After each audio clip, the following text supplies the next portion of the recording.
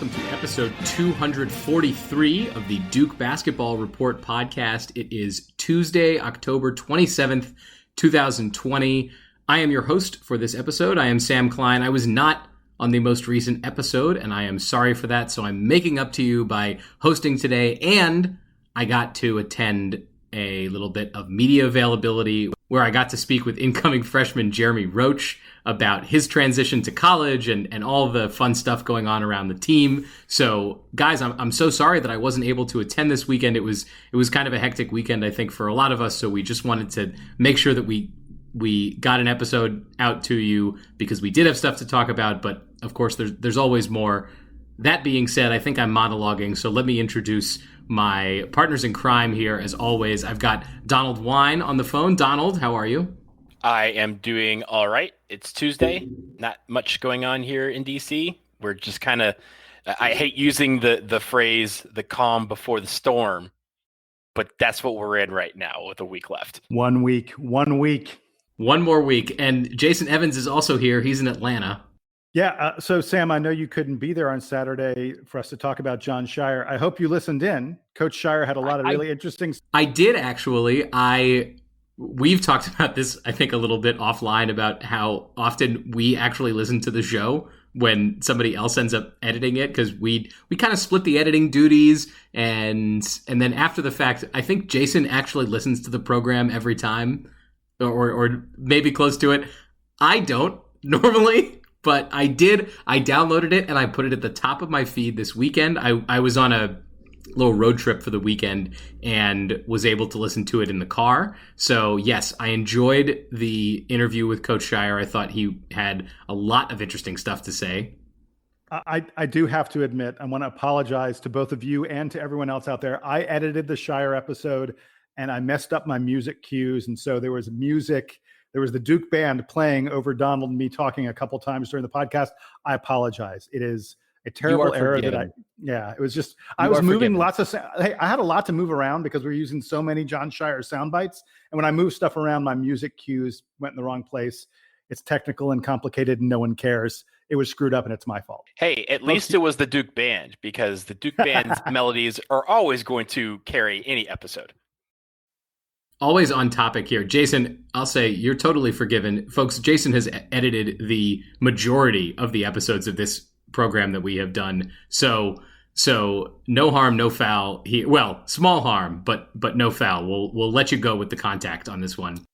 We've got a little bit to talk about today. There is a bit of NCAA news around the games that were scheduled to be played in Orlando. These early season MTEs that were supposed to be in Orlando appear to be off. But before we get to that, we did want to play some audio from this interview that I and a number of other media members got with Jeremy Roach this morning. So today is Tuesday. This was Tuesday morning. We got to talk to Jeremy Roach about a number of topics. So here is the various Duke media asking questions of Jeremy Roach today.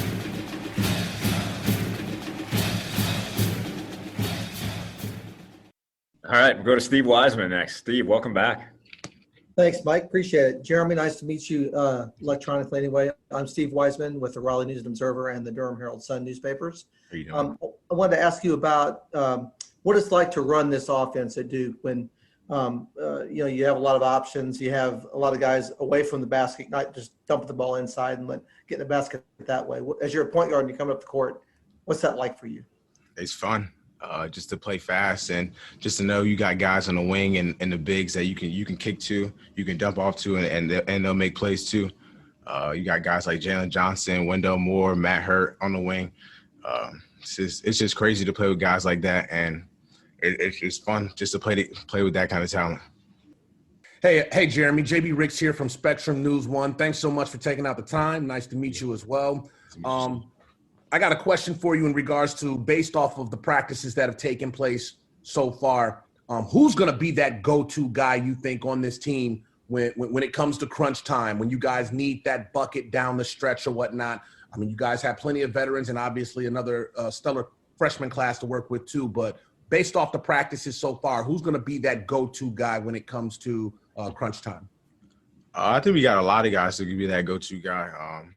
Like for one, we got Matt Hurt, we got Wendell Moore, we got Jalen Johnson, we can dump it down to Mark Wynn. So we just got a lot of guys that I feel like that could fit that moment and just make the big play and make the right play. Hey, Jeremy, Brian McGallhorn with Devils Illustrated and Rivals.com. How are you doing? How you doing? Good. So I wanted to ask a little bit about Jordan Goldwire again. I know Trey Jones and Jordan played a lot at the same time last year. Have you had an opportunity so far to work with him on the court together in practice, or is it just kind of facing off against each other right now? We definitely got a lot of reps in together. It's fun playing with him. Like he can bring it up, I can bring it up. He can defend full court, I can defend full court. So it's really just a fast paced game when we're in the game together. So that's my type of game. So I'm ready to play with him. Well, and a follow up to that, on the defensive side of the ball, I mean, he's gained a reputation for being one of the better defenders. What have you learned from Jordan in that regard? Definitely one of the toughest defenders I played against. I'm trying to just pick up on techniques that he does, just the little things that he does to make him such a great defender. All right, we'll go Brian Horace, Chris Clark, Brendan Marks. Brian, go ahead. What's up, Jeremy? Brian Horace here from DukeBlogger.com, fellow DMVer here in DC. Yes, sir. How you doing? Good, man. My question was, everyone we've talked to so far has talked about how you guys are going to play fast and how, you guys are going to be deadly in transition. How are things going in the half court? Have you guys worked extensively on half court stuff?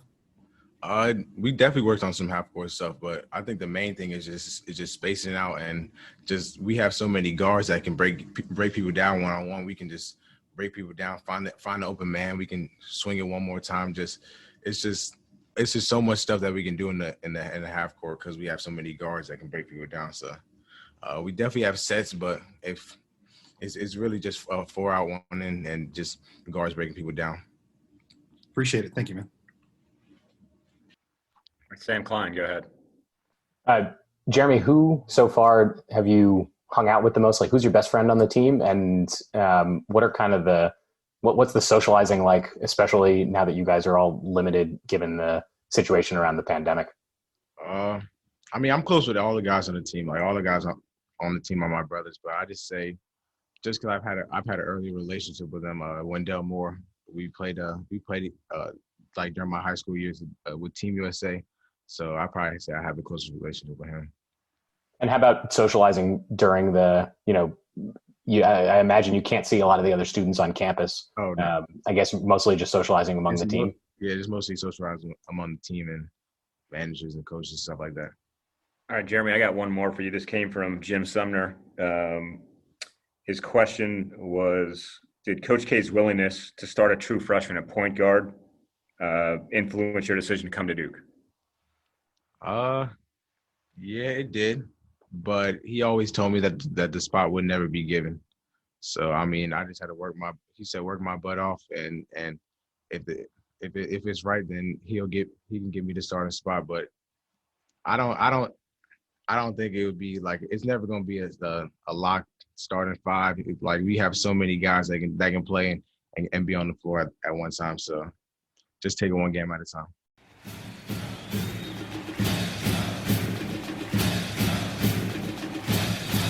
A lot of good stuff in there about the team and how they're coming together. Jason, I'll start with you. Give me your big takeaway from what you heard from Jeremy Roach today. So one of the things that came out of the John Shire interview that relates to what Jeremy Roach had to say was there were questions about Jalen Johnson's role on this team, and that we haven't heard a lot about. One of the things that we've remarked on, we haven't heard a lot about Jalen Johnson. And John Shire was specifically asked about him, and John Shire's answer was, it wasn't exactly a, wow, Jalen's been amazing. Shire said Jalen's looking for his base. He's looking for the things he does really well and then to build off of that, which doesn't sound like the kind of thing you'd hear from someone who's a future lottery pick, which everyone says Jalen Johnson is a future lottery pick. So I was very intrigued that we had a question. JB Ricks asked Jeremy Roach, and he said, hey, who's the go-to guy in practice? Who's the guy who's making the big play? And Jeremy Roach said a couple of very predictable names. He said Matthew Hurt, Wendell Moore. We're not surprised at those two answers. Those are the two guys who we expect to be probably the two guys who get the most minutes on the team. Certainly, we heard a lot lately about how great Matthew Hurt is playing, that he's the leading scorer in virtually every practice. But then Jeremy Roach said Jalen Johnson and Mark Williams are the other guys who are like, again, he was asked about go-to guys. First of all, I'm thrilled that Jalen Johnson's name got in there. It shows me that Jalen may be practicing better than maybe what we've heard. It shows me that Jalen may be asserting himself, finding that base and building on it. But then Mark Williams, again, we get Mark Williams. And it's crazy how often for a guy who is like not even a top 30 kind of recruit, everyone said, oh, he's really tall and athletic, but it's going to take him time to adjust to the college game. He won't be an offensive force early on. He'll protect the rim, but that's what he's going to do. We keep on hearing about Mark Williams impressing in practice. Yes, Jalen. Yeah, I'm sorry. You asked Jeremy Roach, who's the go-to guy? The name Mark Williams came out of his mouth. I was shocked at that. And it's yet another sign, I think, that Mark Williams is going to play a bigger role than anyone anticipated for him this year. The Mark Williams thing I thought was the most interesting because, of course, we expect Matthew Hurt and Wendell Moore and Jalen Johnson to be those go-to guys, as you said, Jason. But Mark Williams, as we've said, we don't even expect him necessarily to get the majority of minutes on the floor this year. But if he is that dominant in practice and if he is able to score, then that's a huge lift for Duke. And Coach Scheyer mentioned, important point about Mark Williams that we should mention. My bet is that he is almost exclusively going, in practice, that he is going up against Patrick Tepe, who is a fifth year, been in college for a while. He's a man, and he is someone who is experienced at playing Division I basketball in the post. If Mark Williams is showing impressively against Patrick Tepe, wow, that really says something. This is not freshman Brian Zubek on freshman Lance Thomas, right? Patrick Tepe, if nothing else, he may not be the most skilled big man, but he's got the size and the coordination of a fifth-year senior. So that says a lot to me. It also speaks a little bit to what John Scheyer said to us the other day, which is that, look, we don't have that go-to post guy the way that we have in the past, and we're going to need to be a little bit craftier in the way that Duke scores this year. If Mark Williams is able to provide 8-10 minutes a game or 8-10 points a game from doing low post stuff, then that is going to really help the rest of the team space the floor. Roach talked about how when they're practicing in the half court, they've learned that a lot of the guys on the team are good at that kind of one-on-one game. If you have a post player that's a threat, then that gives you the opportunity potentially to create more clear outs because that guy can kind of go to the weak side and maybe you have a little bit more room for some of these perimeter drivers to operate. Donald, what did you hear from Jeremy Roach in this interview? You guys talked about the first thing I was going to mention with regards to the, who's getting the final shot, who's the go-to guy. And you kind of touched on the second thing I was going to talk about, which is the spacing that they have. The fact that he said that he's been playing a lot with Jordan Goldwire. I think if you recall a couple episodes ago, DJ Stewart said he was also doing a lot with Jordan Goldwire. So one, I think something that we expected, Jordan Goldwire is the constant when it comes to the point guards. He's going to be one of the starters, and it'll be Stewart or Roach kind of competing for time at that other spot. But the fact that they both can play well with Jordan Goldwire is going to be a great thing.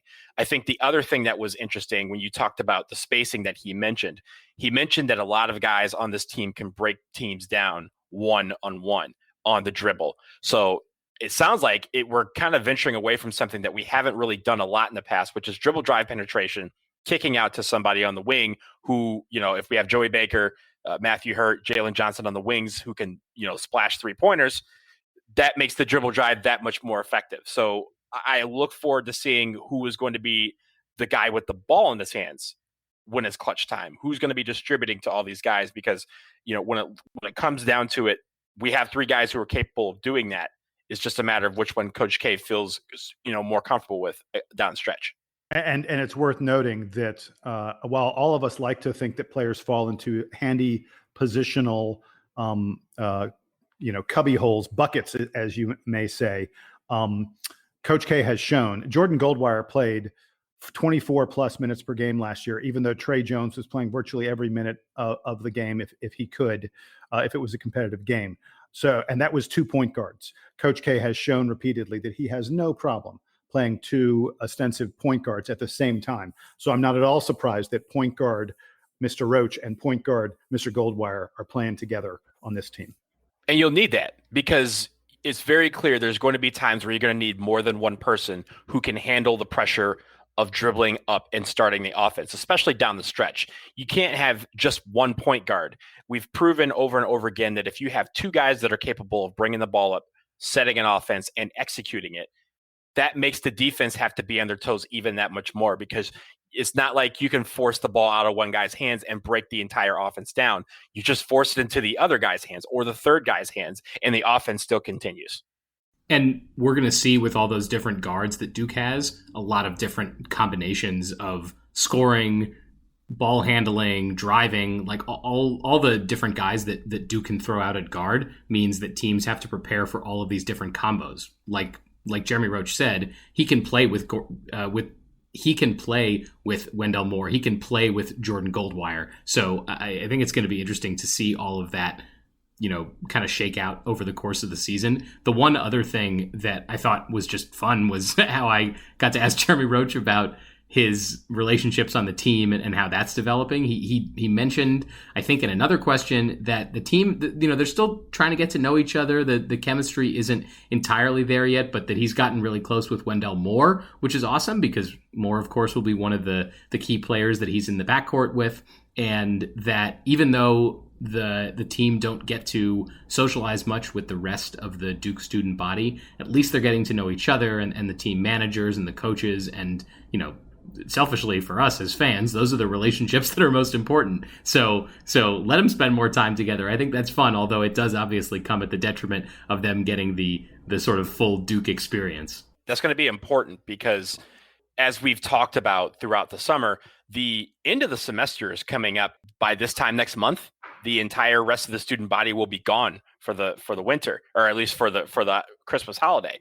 Then after that, it will be just them and football for a couple more weeks, and then they'll have the run of the campus and really the Washington Duke for an entire month, where it's just going to be them on campus. So the fact that they're being able to gel together right now is really going to lend itself to when they are the only people left with the keys to the campus and are able to, really use that to kind of hone in on their chemistry and really take it to that next level. Yeah, but I don't know that that's going to feel any different to them from what they've been experiencing thus far, because they have been so isolated from the rest of the student body. And frankly, these crazy times we're living in, that's what's required. They won't have the football team there. They're both staying in the same spot. So the football team be gone, and that's 100 people who will no longer be in those quarters. So, and let's be real, Shooters isn't open right now. So where are they going anyway? Right? There's nowhere to go on campus. You can't. There's nowhere to go off campus. So let them stick with each other, play video games, play basketball, and let us dissect every little thing that's going on. So we want to thank Jeremy Roach again for taking some time to answer questions with the media today. We are going to take a quick break, but when we get back, it's not March Madness, but we are going to talk about all the madness around NCAA scheduling that's going on this early in the season, thanks to coronavirus. We will be right back.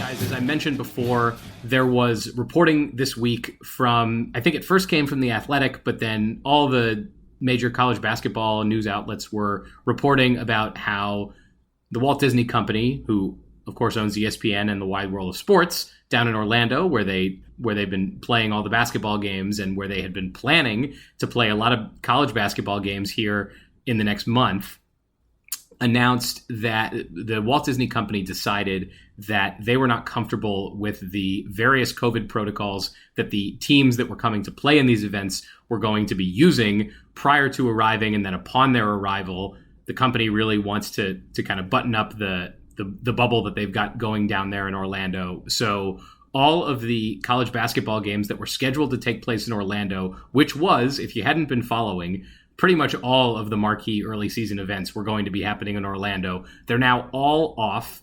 They are trying to figure out where to move. Some of them are are moving. It sounds like they might be going to South Dakota. Some might be going to Mohegan Sun. Some might be going to Indianapolis. They're going all over the place. And really, they're now kind of in the hands of the individual schools who are sending teams, and ESPN, of course, the broadcast partner, trying to figure out what is going to be a safe way for everybody to agree to play these games.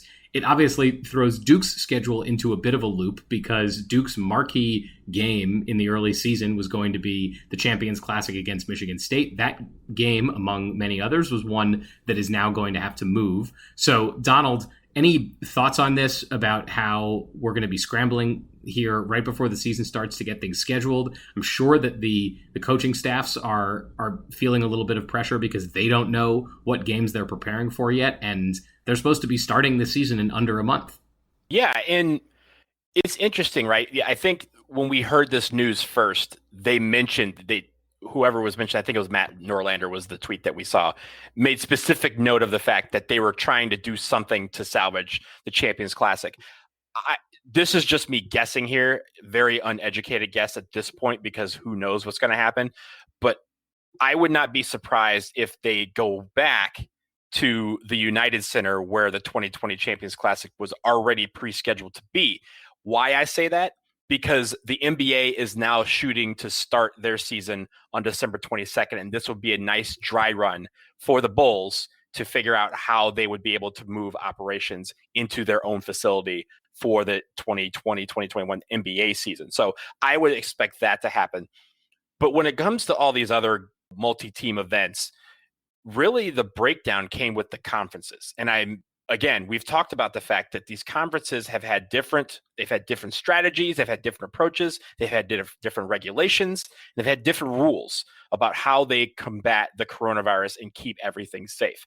But when they get into a room, they think that whatever their regulation is the best way to do it, so that everyone else who has their own different ones, they're not going to hear any of that. And I think the breakdown was the conferences agreeing on something where everyone could be a part of the same regulations or same, testing restrictions and what have you, so that these games could be played. Do I think that's going to happen now? There's no reason for me to think that some of these tournaments are going to proceed as scheduled in another location, because ESPN is trying to get all these people on the same page and they couldn't do it. So what's next? It's the NCAA. Once again, revert back to the fact that there needs to be an adult at the table, an adult in the room, sits all these conferences down and says, one strategy, one set of restrictions, one set of rules, so that everyone can abide by them for these multi-team events, so that they can be played as safely as possible. But they couldn't even agree on these kinds of rules for college football, which has fewer teams and fewer games and, obviously a lot more people on a football field, but the games are outside, so there's a little bit less COVID risk around that. The NCAA couldn't get anybody on board for that, and even the conferences had a hard time wrangling their members, who presumably are of somewhat like mind because they agreed to all be in a conference together. Well, so here's why Jay Billis and Coach K have both said college basketball needs a czar. You say they couldn't reach an agreement. You're right. They couldn't reach an agreement. So sometimes you need a benevolent dictator.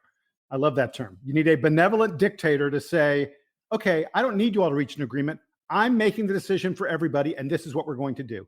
And this is what college basketball needs at a time like this. They don't have it. So, we could talk endlessly about the benefits that would come as a result of having someone in charge of the sport. We don't have it. There's no reason to talk about it anymore, other than to say the chaos that we're seeing now with scheduling, with conferences and teams unable to figure things out, is a direct result of the fact that there is no set one way of working things. Way, I think this all relates to, we've talked extensively about Duke's schedule. I think one of the reasons perhaps that Duke has mostly scheduled smaller teams, teams that don't have as much power in the sport, versus playing other Power 5 teams, or maybe going to neutral courts and playing in multi-team events and the such, is that Duke feels good about our current protocols, the way we're controlling things. And my bet is we are telling every single one of these schools that we are playing, all of whom, by the way, are going to be coming to Durham to play. We are saying, here's the 5 different things, the 10 different things, whatever it is that you need to do before you arrive at Duke. We are dictating. And if you can do it, great. come here to Cameron. We'll cut you a check. We'll play a game on TV. If you can't do it, fine. We will find someone else. That is a lot harder to do if you're like, hey, Tennessee or Marquette or Georgetown, you name it. Hey, let's figure something out. Those are power conference schools. They're schools where it may be tougher to dictate terms. My bet is Duke is strictly dictating terms to the smaller conference teams, and that's why our non-conference schedule is smaller conference teams. And the other thing about all this is there is growing talk that conferences, especially the power conferences, are like, we're done. We want to play conference games only. We don't want to try and do this stuff anymore. And I still think, even though we're less than a month from the beginning of the season, I still think it's very possible that the entire, non-conference preseason falls apart, or at least a lot of it falls apart because the various conferences really want to be playing themselves where they can control things better. And really keep in mind that the one, multi-team event, if you will, that we were scheduled to play, or there's two really. There's the Champions Classic, which is now where is it going to be played, and the one that we were scheduling for campus with Elon Bellarmine and Howard being another participant to play those other two teams. But we haven't heard anything else about it. We haven't heard dates. We just have speculation. So I wonder if this is all tied into that. All of this is Jello on the wall. It's going to eventually move. It's not sticking anywhere, and eventually we're gonna have to put back on the wall.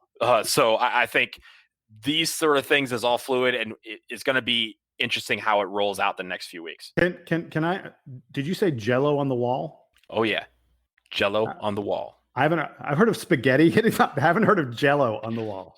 You never seen it throwing Jello at the wall and see if it sticks? This ain't sticking. No, you throw spaghetti at the wall to see if it sticks, to see if it's cooked. Jello? I think we're having a cultural moment here on the DBR podcast. Sam, I'm unfamiliar with Jello on the wall. Wait, Sam, yes or no? Jello on the wall. Have you heard of Jello on the wall? I have not, but I'm not a Jello eater, so I'm not a good person to ask for this. No. Y'all not going to put this on me. You're not going to think that I just came up with that on the fly. That is something that has been passed down from generation to generation because there's always room for Jello. All right, folks, if you are familiar with Jello on the wall, email us at dbrpodcast@gmail.com and tell us, or write about it in a review, in a 5-star review, and maybe we'll read one of them. That is a great transition because I think that Jason had a review that he wanted to read on today's episode. Is that right, Jason? Yes. So we did get another 5-star review, and we want to highlight them when we get them. We love it, folks. So this is from someone named Devon, not Devon, which is a great username. I love it. That's like Trayvon, not Trevon, of Trevon Duval. Is that like that? That may be the derivation of it. I don't know. It seems like every time we get a 5-star review, we have a question for the person about where their name came from. But we want to read the review first. He said, you got to love it. You got to love the DBR podcast. He said, I don't have any friends that are Duke fans, but listening to this podcast makes it feel like I do. Devin, you're touching me in the heart, buddy. I love it. He said, I love the conversation. I love the analysis. And I have a question. This is becoming a trend now that 5-star reviews all have questions in them. He said, which Duke player that left school early would have had the most successful career had they stayed all 4 years in school? Guys, he didn't say it, but I'm going to put a caveat on this. You can't say Zion Williamson because I'm sorry. After 1 year, it was clear that if Zion had stayed 4 years at Duke, he would have set every record, broken every record. It would have been absolutely absurd. So Devin, not Devon's question, which Duke basketball player who left school early would have had the best 4-year career? Donald, I go to you first. I just listened to everything you just said, and I'm still going with Zion Williamson because that's it. I mean, honestly, and I don't think this is hyperbole. If he had stayed all 4 years and done, at a similar trajectory to most guys who stay 4 years, he would have gone down as the greatest college athlete that ever lived. Period. A good answer, Sam. But if Luol Deng had stayed for 4 years in college, we might not have lost to Lehigh in the 2007 tournament. So You mean that'd be VCU.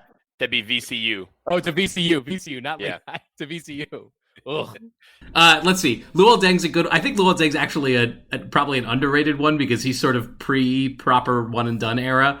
Obviously Kyrie Irving, because what a loss that we only got to see him play in 11 games. You get one. Who's your answer? I'll take Luol Deng. I like Luol Deng as my pick.